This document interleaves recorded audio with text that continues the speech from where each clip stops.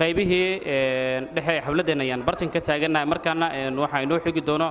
oo muxaadaro halkaan nooga soo jeedin doono Sheekh Cabdishakuur Axmed isaga ayaan wada dhageysan doonaa inagoo qof walbana ka codsan doono inuu waqtiga nala ilaaliyo arday iyo dhamaanba inta halkaan ka soo qayb gashay noogu qaran kalimaadka halkaan laga soo wada jeedinayoba إن الحمد لله نحمده ونستعينه ونستغفره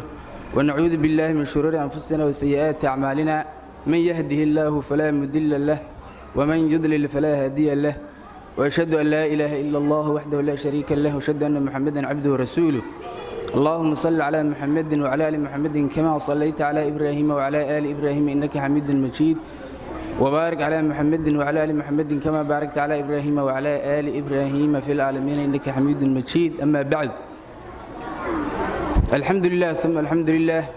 علماء إيجاه الرسالة خلاصة وركي نوصو أخريان غير الله سيو لنع والبا وكسو هذا اللين كلية واحد رب إن شاء الله أنا عنيك كوجاب صدو هل آيات يلبى حديث أو قصية والدك يا ولدك والدينت يا أولاد يا معلمينت بالغاب كل سكة شلا هاي يو مسؤولية دسارن والدك أولادك سارن يا أولاد لفتوا ذا يا معلمينت اسكو حركوا ذا وحر أنا وحر كذا إن شاء الله والله الله أذكر وحو كليه هي الصقر الله هذا الله يدك والدينته يا أيها الذين آمنوا قوا أنفسكم وأهليكم نارا وقودها الناس والحجارة عليها ملائكة غلاد شداد لا يعصون الله ما أمرهم ويفعلون ما يؤمرون آيات سليه وحو الله الله أولاد والدك وحو ليه يا أيها الذين خيارت آمنوا حق الرميو قوا أنفسكم وأهليكم نارا نفتينا يا أولادنا وحا أقبق ذا النار نار أقعب سدوا ليه نفتينا يأهلكينا نار أقبق نار تقولي شيء صفدي وحجري نار تاسو waxa lagu shiday ay yihiin mala عليها quu anfusukum wa ahlikum naar waquuduha an-nas wal hijarat dad iyo waxa lagu shiday ilayga dhagaxan naarta dusheeda waxa ta malaa'igta sifadeedu ilaahay sheeg qilaadun shidaadun waa kuwa adag oo ka kan la yacsuuna allaha alla macaasiyaan ma amarahum waxa uu amray weefcaluna ma yu'marun marka ilaahay culumada markay hadda fasireen waxay leeyihiin waalidka waxa ku laasima inuu awlaadiisa iyo ehelkiisa waliba aabaha inuu awlaadda iyo ehelka xaaskii iyo ilmihii iyo wixii inuu tarbiyadooda iyo tacliimtooda iyo diintooda aad uga warqabo hooyaduna ay iyaduna inta ay guriga joogto shaqada ay hayso mas'uuliyadda loo saaray oo guriga inuu awlaadda idin ugu dadaasho xadiiska nabiga sallallahu alayhi wasallam nabigu wuxuu leeyahay kullukum raa'in wa kullukum mas'uulun an ra'iyatihi كلكم لفظ عام دمانتين بني ادم وحاتين راعين كو وحلي الهي كو راعيه وحلو ديباتين مسؤوليه دو ديبي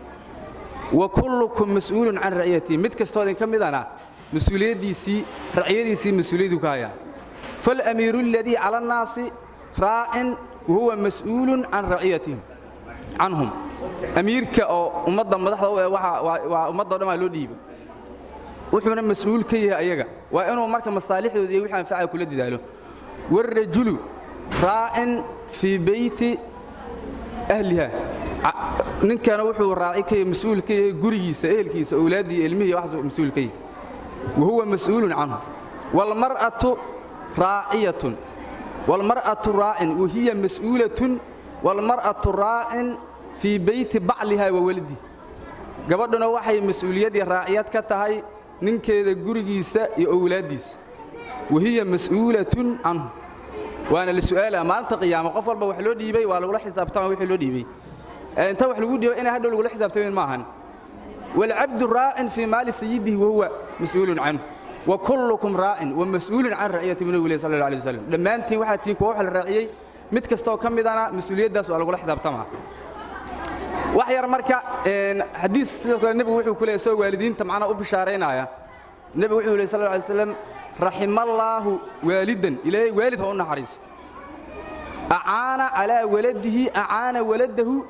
على بره النبي صلى الله عليه وسلم وحي إليه هو النحريس والد كاسم حول سمي وحل ود عينا محيطة أعان ولده ولد كيس وحي وكلمة على بره إنه أسقى باري النقطة أو سووا كلمين ولد كأجا هذا أديك تربية في عن تربيته أو قرآن كبرته oo kitaabada kula didaasho oo diinta barto wuxuu sabab u noqonaysaa inuu baari ku noqdo waxaan rabaa marka wax yar aan waxaan ka leeyahay mas'uuliyadda ragga iyo hooyooyinka saaran waliba markii kuwa u hore ragga saaran bal maxaa xoogaa yara bal dhowr noqdo ka sheega iyo qisooyin yar oo dhacdhacay culimadu waxay yiraahdeen oo macnaha 10 mas'ala lagu soo aruuriyaa mas'uuliyadda ugu weyn oo aabbaha saaran iyo hooyada oo xagga waladka aabbaha waxa markii hore laga rabaa la yiri inuu hooyo wanaagsan u dooro ilmihiisa hooyo wanaagsan oo saalixada inuu ilmihiisa u dooro naag mata hadduu iska guursado oo hadhow ayadiina ay qarrimeedo kuwa qarrimo dhasho inay hadhow isaga dilaanay ama ay dilaanay macnaha sababayaan marka inuu hooyo fiican u dooro waxa kaloo kamid ah la yiri aabbaha waxyaalaha laga rabo oo ku waajibka cunuga magac fiican inuu u bixiyo hooyada iyo aabbahaba magaca wuxuu leeyahay saameyn uu leeyahay xagga cunuga sacaadadiisa ama shaqadiisa waana arki doonaa marka inuu magac fiican u bixiyo oo waalidku magaca aabba iskale haddii hooyo u idmana u bixi kartaa magac fiican loo bixiyo waxay culimadu sheegaan ninaa wuxuu yiri cunugiisu ka soo dacwooday oo yiri cunugan caasi ugu yahay cunuga loo yeeray waxa la warkaale maxaa aabbaha ugu caasis wuxuu yiri asaga markii hore ugu caasiyay asaga hore ugu caasiyay aabbaha ku caasiyaa suuqu ugu caasiyay wuxuu yiri magacu iga dheeli yiri markii hore markuu dhalay magacu iga dheeli magaxumu ii bixiyay maxay taa magacaas doorshaan uu bixiyay yiri doorshaan hadda taqaaniin waa baalkan xaar walwaalka loo yaqaano cunugu dhalay doorshaan uu bixiyay markii cunugii hadhow waa ku caasi hadhow dacwo kay markii maxaa uga dacwoonay adaa markii hore cunuga ku caasiyay saa ogtihiin nabigeena sallallahu alayhi wasallam wuxuu soo gaaray afar adeer oo uu leeyahay adduunyada ku soo gaaray laba kamida waa rumeeyaan muslimiina ahaayeen labana waa caasiyeen gaalay ahaayeen culimadu waxay yiraahdeen xagga tasmiyadooda markii hore magacooda kala duunaa labana magac islaami oo fiican u ahaay labana magac wuxuu ah islaami ahayn oo magac xum u ahaa labada magac islaamiga waa Hamza ibn Abdul Muttalib iyo Abbas ibn Abdul Muttalib laba magac oo islaami fiican weeye saas darteed Ilaahay wuxuu ku irsaaqay iimaan labada magac xunxunna waa Abu Talib iyo Abu Lahab magacyadooda waxa la dhihi jiray Abu Lahab waxa la dhihi jiray Abdul Uzza ibn Abdul Muttalib magacaas marka Abdul Uzza waa Uzza ninka leeyahay adoonkiisi Ilaahay ba looba tiirin markii hore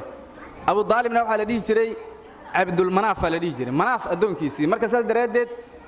magaca cunuga loo bixiyo adduunka waa midka lagu yeerayo aakhirana asaga lagu yeeraa magaca marka ilmaha loo bixinayo loo magac dayo magac fiican la sii waxa ku soo gabagabeynaa waqtigu waa iska yaryahay waalidka iyo macallimiinta waxa la rabaa mas'uuliyad maadaama ay hayaan oo isku mas'uuliyad ay hayaan oo cunugii ka dhaxeeyo in cunugii maadaama mas'uuliyadda ay iyagu isku xiran yihiin la rabaa oo isla socdaan macallimiinta aniga soo gaarnay macallinku waa horta macallinku waxa ogaatiin waa waalid macallinku waa waalidka saddexaad hooyo iyo aabe macallinka ku xiga waalidku wuxuu waalid u yahay jismigan qofkan macallinkuna ruuxdiisa iyo wanaagiisa iyo cilmigiisa macallin u yahay waalid u yahay marka waa inay isku xiran yihiin macallinku hadduu saas aamino inuu waalid yahay waalidkuna aaminaan inuu macallinku waalid yahay cunuguna aamino inuu waalid yahay waa isku toosay baasho insha Allah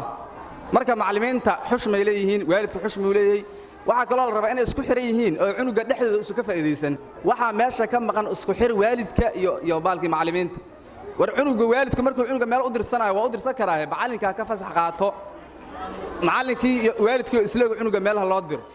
haddii kale waxa dhaca in la isku haleeyo ama cunugii uu ku dhex dhinto laba qof dhexdood marka waxa ku soo gabagabeynaa macallimiintana la xushmeeyo waalidkana sidoo kale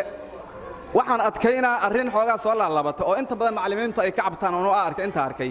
waxay tahay mas'uuliyaddii ilmaha hooyooyinka la wareegay aabayaashii meesha ma joogaan ilmaha dugsiga waxa geeyo hooyada ayada macallinka la xisaabtanta aabbaha subaxii suuqu iska aadaa lacagtu ka bixiyaa habeenkina waa soo hidaa taasuna marka hal la adkeeyo oo ragga hal la wareegan xilkaas hooyada intay guriga joogta la rabaa cunuga inay cuntadiisa iyo dharkiisa u diyaariso laakiin mas'uuliyadda weyn aabbaale marka abayaashuna ha u soo laabtaan xilka shaqadoodii hada bilaa tawfiiq aad iyo aad ayuu mahadsan yahay Sheekh Cabdishakuur Axmed oo halkaan inoogu soo jeedinayay